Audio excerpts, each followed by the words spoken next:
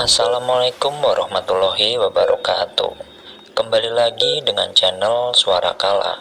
Sebelum masuk ke ceritanya, tekan dulu tombol like, juga subscribe channel ini. Dan nyalakan juga lonceng notifikasinya, agar tidak ketinggalan cerita-cerita lainnya. Tanpa berlama-lama, mari kita mulai ceritanya.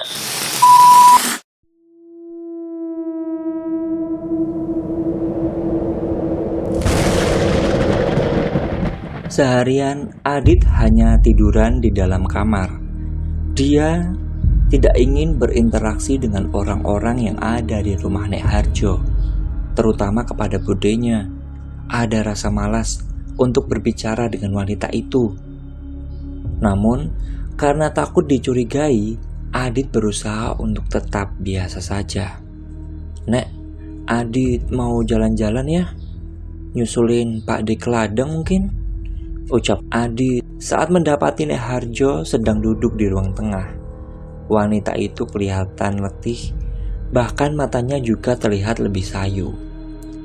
"Nek, nenek lagi gak sakit kan?"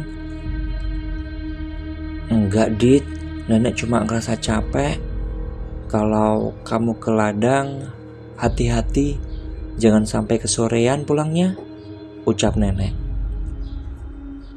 "Nenek kalau gak enak badan ya istirahat, ingat umur," kata Adit. Bukan malah setuju dengan perkataannya, justru Nek Harjo malah ngomel-ngomel. Dia merasa badannya masih seperti wanita berumur 25 tahun. Tenang saja, Adit yang mendengar itu langsung tertawa, berniat akan membelikan lingerie untuk neneknya kelak. "Besok kalau Adit sudah sampai kota, Adit belikan pakaian, mau Nek?" tanya Adit.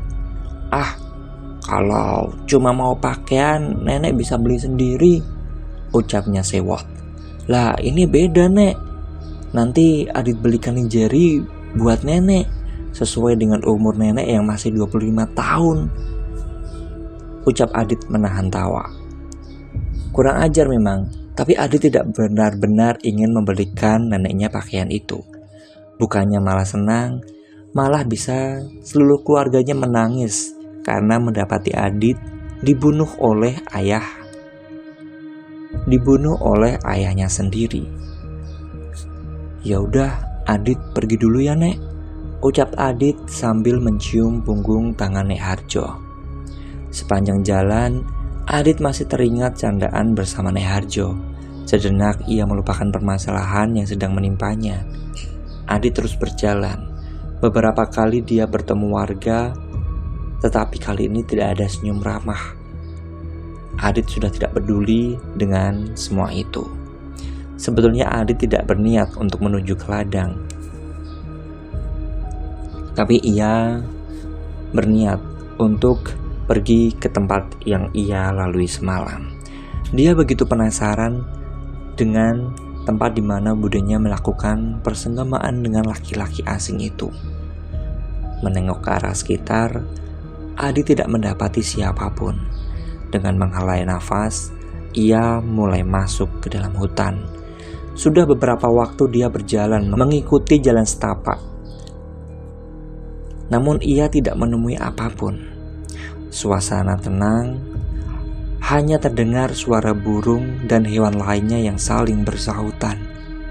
Adit tidak menyangka, saat siang hari, ternyata pemandangan yang ia dapatkan begitu elok. Setiap langkah yang ditemuinya hanya pohon-pohon yang menjulang tinggi. "Benar, di sini kemarin aku jatuh," ucap Adit saat melihat tempat yang ia yakini di mana dia bertemu dengan wanita misterius itu. Namun tubuhnya tiba-tiba saja tersentak. Adit terdiam mematung. Dia mendengar ada suara-suara yang berasal dari depannya. Jelas sekali itu adalah suara orang yang sedang berbicara satu sama lain. Dengan mengendap-endap, Adit sedikit masuk ke dalam semak-semak. Beruntungnya, semak di situ cukup tinggi dan lebat. Tadi di rumah, ia sempat berpikir untuk memakai pakaian hijau dan gelap, berjaga-jaga jika ada sesuatu yang akan membahayakan dirinya. Semua sudah terjadi, Mar. Kita harus segera melakukan sesuatu. Aku tidak mau menanggung itu semua. Atau lebih baik kita sudahi saja semua ini, ucap salah seorang laki-laki. Adit membulatkan matanya. Dia kenal dengan suara itu. Kepalang tanggung, sudah sejauh ini. Semua resiko sudah kita bicarakan jauh-jauh hari toh, ucap laki-laki satunya. Adit hanya diam mematung, tidak berani bergerak sesenti pun. Handphonenya pun segera ia matikan, takut jika tiba-tiba saja mengeluarkan suara. Ya sudah, nanti kita pikirkan lagi. Jangan sampai ada orang yang tahu, ucap Pak De Marwanto yang segera beranjak dari tempat itu. Sedang Pak Amar masih celingukan seolah mencari sesuatu. Pikiran Adit semakin kacau. Ada apa ini? Semalam budenya, sekarang Pak D dan Pak Amar. Batin Adit kebingungan. Setelah dirasa aman, Adit segera buru-buru pergi dan menuju ke arah ladang. Untung saja di sana dia hanya mendapati warga yang sedang bekerja di ladang milik neneknya. Adit mengeluarkan handphonenya dan segera menghubungi Arif, berharap dia bisa datang ke sini secepatnya. Sudah beberapa kali Adit mencoba menelpon Arif, namun tidak ada jawaban sama sekali. Pesan teks juga sudah dia kirimkan. 1 jam lebih Adit menunggu, tapi tidak ada tanda-tanda Arif membalas atau menelpon balik dirinya. Saat sudah ingin beranjak pulang, tiba-tiba saja handphonenya bergetar. Besok kita ketemu di ladang, pagi. Begitulah pesan teks yang dikirimkan oleh Arif. Paginya Adit sudah bersiap untuk bertemu dengan Arif. Semua informasi dia sudah siapkan. Bahkan dia juga menuliskan di handphonenya agar tidak ada yang terlewat. Mau kemana kamu pagi-pagi? Tumben, ucap Nek Harjo saat mendapati Adit sudah berdiri di teras rumah. Olahraga, Nek. Sudah lama Adit nggak jogging. Lihat aja perut Adit, sudah mirip dengan Pak De Marwan, ucap Adit sambil mencubit-cubit perutnya. Krempeng gitu kok dibilang mirip Pak Demu. Enggak sehat kamu, Dit, ucap nenek. Apanya yang mirip aku, Bu? Tanya Pak D yang tiba-tiba saja sudah ada di belakang mereka. Itu Adit tumben mau lari pagi.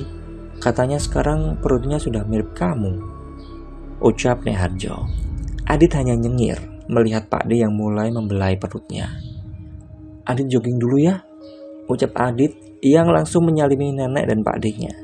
Tidak mau berlama-lama dengan obrolan yang tidak jelas. Sesampainya di ladang, kabut masih terlihat cukup pekat. Beberapa warga juga terlihat sudah beraktivitas. Selingukan Adit mencari sosok Arif. Dan benar saja, laki-laki itu sudah duduk santai di gubuk dengan sebatang rokok di tangannya. Rif, sapa Adit. Sudah langsung saja, kita tidak punya banyak waktu. Semalam tiba-tiba saja aku mendapat firasat yang kurang enak, ucap Arif. Mendengar itu, Adit langsung menceritakan semua kejadian yang ia alami. Bahkan soal budenya juga ia ceritakan. Tidak peduli dengan aib keluarganya. Toh jika memang ini semua adalah perbuatan wanita itu, Adit justru berharap dia segera ditangkap dan masalah ini selesai. Arif mendengarkan dengan tekun. Sesekali tampak dia mengerutkan alisnya. Kita ke tempat Pak Dirman sekarang, mumpung masih pagi, ujar Arif. Bergegas mereka pergi ke arah desa. Beruntung kabut masih tebal. Sempat mereka tidak menemukan rumah yang Nek Harjo cirikan. Namun dengan kemampuan Arif, akhirnya mereka menemukan rumah yang dimaksud. Terlihat kondisi rumah itu sama seperti milik Mbok Sarmin, tetapi sedikit lebih baik. Dari kejauhan nampak seorang bapak-bapak yang sedang menyapu halaman. Melihat itu, Arif berjalan mendatangi laki-laki tua tersebut. Assalamualaikum, Pak. Benar ini rumah Pak Dirman? Tanya Arif. Laki-laki itu menatap Arif dan Adit dengan pandangan yang aneh. Waalaikumsalam. Kalian siapa? Ucapnya. Arif segera menjelaskan siapa mereka dan maksud kedatangannya. Saat mendengar tentang tujuan mereka, laki-laki itu menarik tangan Arif dan meminta mereka untuk masuk ke dalam rumah. Maaf sebelumnya, Pak. Mungkin ini akan membuka luka lama. Seperti yang Bapak tahu, beberapa waktu lalu ada kejadian yang membuat kampung ini gempar. Dan kami mendapatkan informasi dari Nek Harjo kalau dulu juga pernah ada kejadian yang serupa dengan kematian Ningrum, ucap Arif saat mereka sudah duduk di ruang tamu milik Pak Dirman. Adit memperhatikan sosok laki-laki tua yang ada di depannya. Ia terlihat tidak begitu nyaman. Entah kenapa, memang dia mengingat sosok mendiang anaknya atau kedatangan mereka lah yang tidak ia inginkan. Sejenak Pak Dirman tidak menjawab Arif. Dia sibuk membuat rokok tembakau. Kejadian itu sudah lama sekali terjadi. Namun aku masih ingat setiap detail peristiwa yang membuat hidupku menjadi berantakan, kata Pak Dirman. Flashback. Desa Renggono tahun 2000. Duk, bangun. Sudah pagi loh. Kok masih di dalam kamar? Ucap Pak Dirman mencoba mengetok-ngetok pintu kamar anaknya. Sudah 2 kali dia mencoba membangunkan anak perempuan satu-satunya itu. Tidak biasanya dia seperti ini. Duk, bangun, sudah siang ini. Simbokmu sudah menunggu di pasar loh. Sekali lagi Pak Dirman mencoba untuk membangunkan anaknya. Tapi tetap saja tidak ada sahutan. Ada perasaan khawatir yang muncul. Pak Dirman mencoba membuka pintu kamar Asih. Namun pintu itu terkunci. Deng. Merasa ada yang janggal karena selama ini tidak pernah sekalipun anak perempuannya mengunci pintu kamar. Buru-buru Pak Dirman segera mendobrak pintu kamar anak perempuannya. Suara keras yang ditimbulkan oleh benturan kaki pada daun pintu juga tidak membuat Asih menjawab sahutan bapaknya. Semakin khawatirlah Dirman, takut terjadi sesuatu dengan anak semata wayangnya. Buru-buru dia berlari mencari bantuan. Dipanggilnya tetangga dekat rumahnya untuk membantu mendobrak pintu. Perlu beberapa waktu sampai pintu kamar Asih terbuka. Dan betapa terkejutnya Dirman. Dia menjerit sejadi-jadinya. Asih sudah bersimbah darah di atas kasur. Posisinya tertidur, namun kakinya mengangkang bagai orang yang sedang melahirkan. Tak sampai di situ, warga yang melihat langsung heboh seketika karena mendapati ada janin di antara kedua kaki Asih. Tidak ada yang berani mendekati Asih. Warga sedemikian takut. Selain posisi yang aneh, mata Asih juga nampak melotot seakan sedang melihat sesuatu yang menakutkan. Pagi itu Desa Renggono benar-benar heboh dengan kematian Asih. Tidak ada topik pembicaraan lain. Semua warga telah mengetahui kematian Asih yang begitu mengenaskan. Saya kaget, Bu. Tidak menyangka kalau Asih anak yang pendiam itu hamil di luar nikah, ucap salah seorang ibu yang sedang berkumpul di depan pos ronda. Ya, namanya manusia, Bu. Pasti juga ada khilafnya. Sebetulnya bukan masalah dia sudah hamil atau belum, tapi kondisi jasadnya yang benar-benar mengerikan. Dan ucap salah seorang laki-laki yang ada di sana. Dia celingukkan dan mengecilkan suaranya. Saya baru dapat kabar kalau Ari-Ari si jabang bayi itu hilang. Sontak beberapa orang yang ada di sana kaget. Muka mereka pucat seketika. Awalnya mereka berpikir kalau Asih meminum obat atau jamu penggugur kandungan. Akan tetapi, kalau ada kabar seperti itu, ini sungguh misteri kematian yang aneh. Malamnya digelar pengajian di rumah Pak Dirman. Cukup banyak warga yang hadir. Sejatinya memang sebuah niat baik itu harus dibarengi dengan tindakan yang baik pula. Namun ada yang sedikit berbeda. Justru banyaknya yang datang ke rumah Pak Dirman bukan hanya untuk mengikuti pengajian semata. Mereka memiliki rasa penasaran yang tinggi akan kejadian yang menimpa Asih. Awalnya pengajian berjalan lancar. Di hari pertama tidak ada seorang pun yang mendapatkan gangguan. Malam kedua pun juga sama. Hingga pada malam ketiga, Malam itu hujan turun deras dari sore hari. Sontak menambah suasana desa Renggono semakin terasa sepi. Di dalam sebuah rumah sepasang suami istri sedang bercumbu dengan hebatnya. Parmin benar-benar tidak bisa mengendalikan diri. Meski istrinya sedang hamil, namun hasrat untuk melakukan hubungan badan sudah menguasai pikiran dan hatinya. "Gerah gak sih mas?" ucap Nani, si istri, setelah menggelap keringat yang ada di wajahnya. "Ya pasti toh dek, orang habis olahraga ya pasti keringetan toh, bikin gerah," ucap Parmin sambil tersenyum lemah. Matanya benar-benar berat, seolah ada sesuatu yang mengganduli kelopak matanya itu. Ingin rasanya segera tidur, namun hal itu tidak berlaku untuk Nani. Justru setelah melakukan persenggamaan, matanya begitu menyalang. Enggak biasanya juga enggak begini kok," ucapnya sambil mengipas-ngipaskan tangan ke wajah. Tidak ada sahutan dari suaminya. Terdengar dengkur lembut dari mulut laki-laki yang sudah menikahinya selama setahun ini. Jengkel, Nani sebetulnya ingin mencubit suaminya itu. Akan tetapi ia urungkan. Beberapa kali Nani mencoba mengatur posisi agar lebih nyaman saat tidur. Tapi tetap saja, seolah sedang ada seseorang yang menghidupkan api unggun di dalam kamarnya.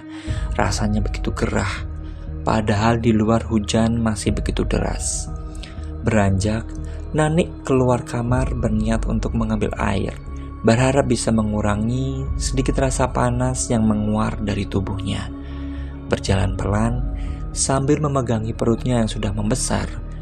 Dilihatnya lampu ruang tamu sudah mati. Hanya pendar kuning yang berasal dari lampu pijar yang ada di teras rumahnya. Nani terdiam. Ada sesuatu yang sedang duduk di teras miliknya. Meski tidak terlihat dengan jelas, namun nampak sekali di sana ada seseorang yang sedang duduk. Awalnya Nani berniat untuk melihat, tapi ia urungkan. Buru-buru ia masuk ke dalam kamar. Mas Parmin, bangun," ucap Nani sambil menggoyang-goyangkan tubuh suaminya. "Kenapa toh dek? Udah yuk tidur," kata Parmin dengan suara yang masih mengantuk. "Di teras lagi ada orang mas," ucap Nani. Namun tetap saja Parmin tidak bergerak dan justru melanjutkan tidurnya. Kesal, Nani beranjak dan berniat melihat siapakah gerangan yang sedang duduk di teras rumahnya itu. Namun saat dia melihat kembali ke arah teras, sosok tersebut sudah tidak ada. Apa salah lihat ya?" ucap Nani kebingungan. Buru-buru baru saja Nani berbalik, berniat untuk mengambil air di dapur. Badannya seolah menjadi kaku, mulutnya terkunci. Beberapa meter di depannya ada sesuatu yang mengerikan. Sesosok yang sedang merangkak di dinding rumahnya. Itu bukan merangkak, tapi seperti orang dengan posisi kayang yang berjalan menggunakan tangan dan kakinya. Mata Nani memanas menahan takut. Asih tetangga yang baru meninggal beberapa hari lalu kini berada di dalam rumahnya dan menempel di dinding dapur. "Nih, tolong, loro," ucap lirih Asih, masih dengan menempel di dinding. Nani hanya bisa diam dan menangis. Tubuhnya benar-benar tidak bisa digerakkan. Batinnya terus meneriakkan nama suaminya untuk menolong. Berdoa pun dia lupa dengan semua bacaan yang pernah ia pelajari saat mengaji. Sosok itu bergerak perlahan menuju ke arah Nani. "Nih, aku njaluk tulung. Iki udu anakku. Nih, aku minta tolong. Ini bukan anakku," bisik suara Asih parau sambil menunjukkan gumpalan warna merah yang sudah memiliki bentuk badan mirip sekali dengan janin manusia. Tersentak, Nani langsung teriak dan jatuh terpuruk di lantai. Paginya dia terbangun, nampak Parmin dan kedua orang tuanya berada di dekatnya. Mengetahui itu adalah suaminya, Nani langsung memeluk erat-erat. Setelah semua tenang, Nani segera menceritakan kejadian semalam. Semua orang yang ada di rumah itu begitu kaget, merasa bahwa bayi yang ada di dalam kandungan Nani sedang menjadi incaran. Maka mereka bergegas untuk memberitahukan hal ini kepada Pak Dirman. Namun tetap saja Pak Dirman tidak percaya dengan semua cerita itu. Bahkan beberapa hari kemudian sudah banyak warga yang mengalami kejadian serupa. Dan anehnya, hanya laki-laki bujang dan ibu hamil yang dihantui oleh sosok Asih. Puncaknya, setelah 2 minggu kematian Asih, ditemukan lagi satu mayat wanita dengan kondisi serupa. Bahkan sudah hampir membusuk. Diketahui wanita itu bernama Mirah. Dia memang hidup sendirian selama ini karena yatim piatu. Bertambah gegerlah Desa Renggono. Banyak desas-desus yang menyebutkan bahwa Pak Dirman yang sedang melakukan ritual hitam yang mengorbankan wanita hamil. Sementara itu, hanya karena saat itu usaha kami di pasar sedang bagus-bagusnya, warga desa dengan mudah menyimpulkan aku melakukan pesugihan. Semenjak itulah mereka mengucilkan keluargaku. Dan beberapa bulan kemudian ibunya Asih juga meninggal karena stres memikirkan kematian anaknya dan juga hujatan warga, ucap Pak Dirman dengan mata yang memerah. Adit yang mendengar hal itu benar-benar geram. Bagaimana mungkin bisa ada orang yang mau dan tega melakukan perbuatan sekeji itu? Ada satu lagi yang ingin saya tahu, Pak. Nenek saya bercerita kalau ada laki-laki yang melihat seorang wanita memakan ari-ari bayi. Tanya Adit. Itulah Parmin. Dia yang mengatakan kalau melihat ada wanita di dekat rumahku sedang memakan ari-ari. Bertambahlah kemarahan warga kepada keluarga kami. Tidak hanya menghancurkan rumah, tapi usaha kami di pasar juga dirusak, kata Pak Dirman. Nada suaranya benar-benar terdengar marah, walau sebisa mungkin dia tahan. Dan wanita yang mereka bakar? Tanya Adit. Pak Dirman sedikit terlonjak dengan pernyataan Adit. Sedang dari tadi Arif hanya diam mendengarkan. Sesekali dia membakar rokok dan terus menyimak percakapan dan cerita yang dilakukan oleh Pak Dirman. Adikku, dia adikku, Siti, biadab mereka, tega melakukan itu semua. Sampai jasad dari Siti habis menjadi abu bersama rumahnya, ucap Pak Dirman. Adit dan Arif kembali berjalan menuju ladang. Keduanya masing-masing terdiam, sibuk dengan pikiran masing-masing. Bagaimana menurutmu? Ucap Adit saat sudah duduk di gubuk. Aneh bukan? Semua seolah terencana dengan rapi, tapi bukan itu yang mengganggu pikiranku. Jika Pak Dirman memang pelakunya, untuk apa dia menunggu selama 10 tahun lebih dan mulai melakukan ritual baru?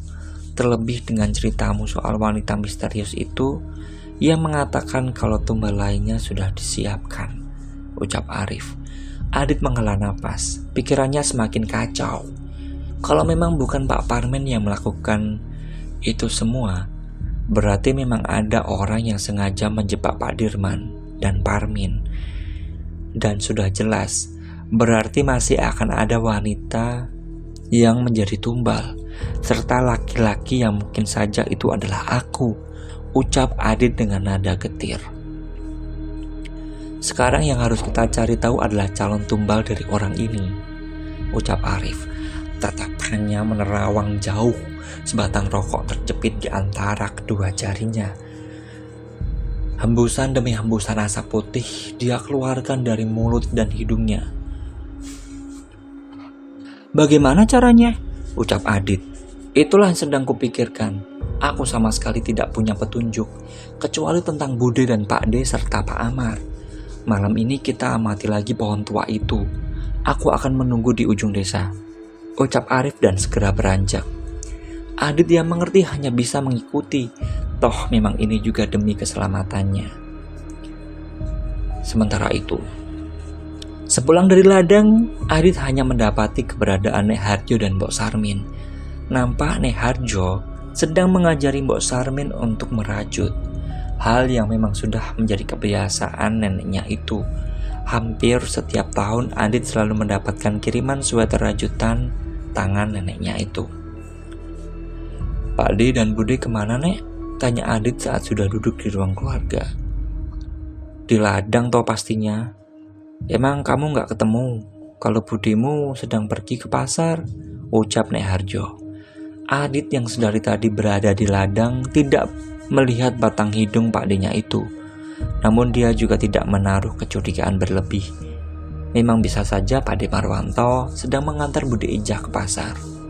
"Kamu makan dulu, baru istirahat. Jangan lupa mandi. Badanmu baunya bikin kucing aja malas dekat-dekat sama kamu, Dit," ucap Nek Harjo dengan mengernyitkan hidungnya. Mendengar itu, justru Adit beranjak dan menempel pada dadanya. Melihat kelakuan Adit, Mbok Sarmin hanya terkekeh.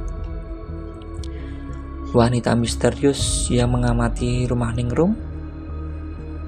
Tiba-tiba saja Adit teringat dengan cerita Mbok Sarmin. Benar, calon tumbal selanjutnya pasti akan didatangi wanita itu. Tapi bagaimana caranya? Tidak mungkin Adit dan Arif keliling desa tiap malam untuk mencari wanita itu.